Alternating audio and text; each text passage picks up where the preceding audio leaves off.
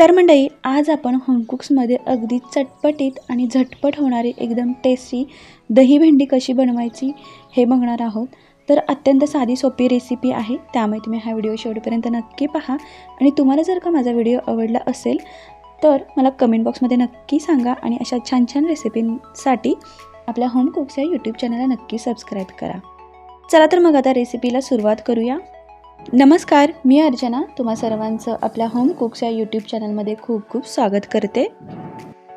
तर मंडळी, दही भेंडी बनवण्यासाठी सुरुवातीला आपण इथे पावशेर भेंडी घेतलेली आहे आणि तुम्ही बघू शकता मस्त कोवळी अशी भेंडी आहे।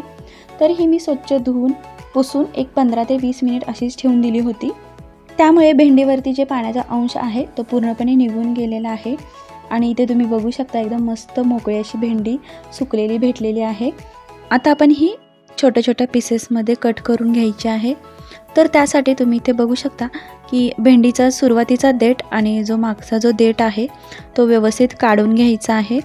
आणि आता ही भेंडी आहे ती साईजला छोटी आहे, त्यामुळे मी याचे फक्त 2 भाग केलेले आहेत। तुम्ही अगदी आपण नेहमीप्रमाणे छोटे छोटे काप करतो तसे तुम्ही करू शकता।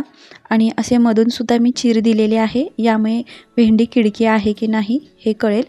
आणि अशा प्रकारे भेंडी आपण साफ करून छोटे छोटे पीसमध्ये कट करून घ्यायची आहे। इथे आपण सगळी भेंडी व्यवस्थित कापून घेतलेली आहे, तुम्ही बघू शकता।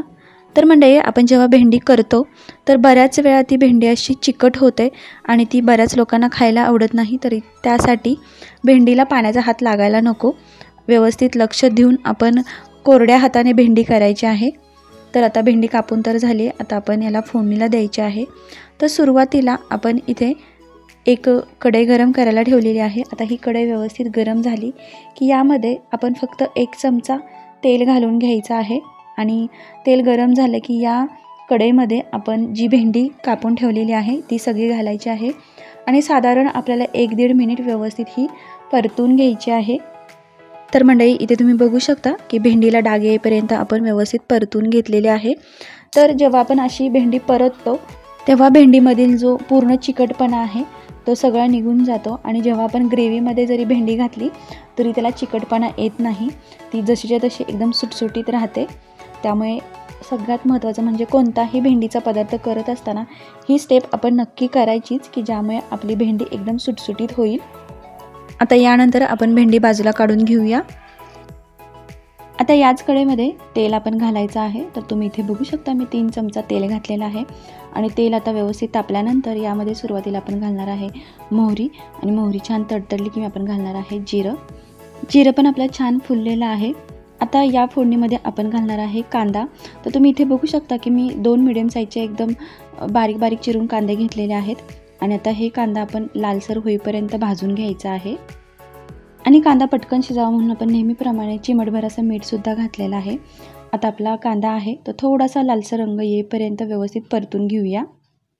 इथे आपण कांदा परततोय त्याला एक 5 ते 6 मिनिट झालेले आहेत। थोडासा कांद्याचा रंग पण बदललेला आहे। यामध्ये आपण 2 चमचा घरीच तयार केलेलं आलं लसूण पेस्ट घालणार आहे आणि ते सुद्धा व्यवस्थित मिक्स करून घ्यायचं आहे। आता इथे तुम्ही बघू शकता की कांद्याला मस्त असं तेल सुटलेलं आहे। आता यामध्ये आपण घालणार आहे टोमॅटो। तर इथे एक मी मीडियम साईजचा टोमॅटो बारीक चिरून घातलेला आहे। आता हा सुद्धा व्यवस्थित यामध्ये मिक्स होईपर्यंत परतून घ्यायचा आहे। तर मंडळी, इथे तुम्ही बघू शकता की कांदा आणि टोमॅटोला छान असं तेल सुटलंय। आता आपण यामध्ये मसाले ॲड करायचे आहेत। तर मी इथे चिमटभर घातलेला आहे हिंग, त्यासोबत मीडियम साईजचा जो चमचा असतो त्याने मी 1.5 चमचा घातलेला आहे धना पावडर, अर्धा चमचा घातलेले आहे आपण जिरे पावडर। यानंतर घालतोय आपण अर्धा चमचा हळद, तसेच इथे कोणताही आपल्याकडे गरम मसाला असेल तो 1 चमचा घालायचा आहे।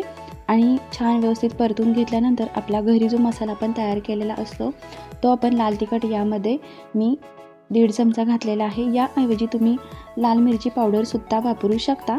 आणि व्यवस्थित मिक्स करून घ्यायचं आहे। आणि पुन्हा एकदा या कांद्याला छान असं तेल सुटेपर्यंत आपण मीडियम फ्लेमवरती असं हलवत व्यवस्थित परतून घ्यायचं आहे। यानंतर हे मसाले छान एकजीव व्हावे म्हणून आपण अर्धा चमचा यामध्ये पाणी घालायचं आहे आणि छान हलवून घ्यायचं आहे। आणि तुम्ही बघू शकता की पुन्हा एकदा असं छान असं तेल सुटलेलं आहे। आता यावरती आपण झाकण ठेवून एक 5 मिनिट छान अशी वाफ द्यायची आहे। आता आपण 5 मिनिटानंतर हे झाकण काढायचं आहे। आता यामध्ये आपण घालणार आहे काजू पेस्ट त्यासाठी मी 4 ते 5 काजू एक अर्ध्या तासासाठी गरम पाण्यामध्ये भिजत घातले होते. त्यानंतर ते मिक्सरमधून आपण व्यवस्थित बारीक करून घेतले आणि काजू पेस्ट व्यवस्थित मिक्स करून झाल्यानंतर यामध्ये आपण 2 चमचा घालणार आहे दही. तर दही वापरत असताना ते ताजं असावं. जर का आंबट असेल तर आपल्या भाजीची चवसुद्धा आंबट येते. त्यामुळे दही नेहमी आपण फ्रेश वापरायचं आहे. आणि तुम्ही इथे बघू शकता पूर्णपणे दही एकजीव करून घेतलेला आहे. दही मिक्स करून झालं की यावरती आपण पुन्हा झाकण ठेवायचं आहे आणि अगदी मीडियम फ्लेमवरती आपण एक 7 ते 8 मिनिट छान असं आपण हे पुन्हा शिजवून घ्यायचं आहे. तर इथे तुम्ही बघू शकता की सांगितल्याप्रमाणे ही ग्रेव्ही मी एक 7 ते 8 मिनिट छान अशी शिजवलेली आहे. आणि यामध्ये जी आपण भेंडी फ्राय करून ठेवली होती ती यामध्ये घालायची आहे आणि भेंडी घातल्यानंतर आपण पुन्हा एकदा व्यवस्थित असं मिक्स करून घ्यायचं आहे. आता या स्टेजला मी चवीपुरतं मीठ घालणार आहे आणि मीठ घालून झाल्यानंतर आपल्याला जर का भाजीची ग्रेव्ही तयार करायची असेल तर त्या पद्धतीने आपण यामध्ये पाणी ॲड करायचं आहे किंवा जर का तुम्हाला भाजी सुकी ठेवायची असेल तर अगदी कमी पाणी घालायचं आहे. आणि यानंतर पुन्हा एकदा यावरती आपण झाकण ठेवायचं आहे आणि मीडियम फ्लेमवरती एक 5 ते 6 मिनिट छान असा याला दम बसू द्यायचा आहे. आणि यानंतर मस्त अशी आपली दही भेंडी तयार झालेली आहे. तर मंडळी अशा प्रकारे जेव्हा आपण दही भेंडी करतो तेव्हा एकदम मस्त अशी हॉटेल स्टाईल क्रीमी टेक्स्चरची अशी छान अशी आपली दही भेंडी तयार होते.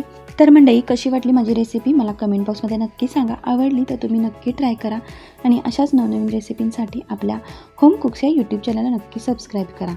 चला तर मग आता भेटूया अशाच आणखीन एक नवीन रेसिपीमध्ये. तोपर्यंत बाय.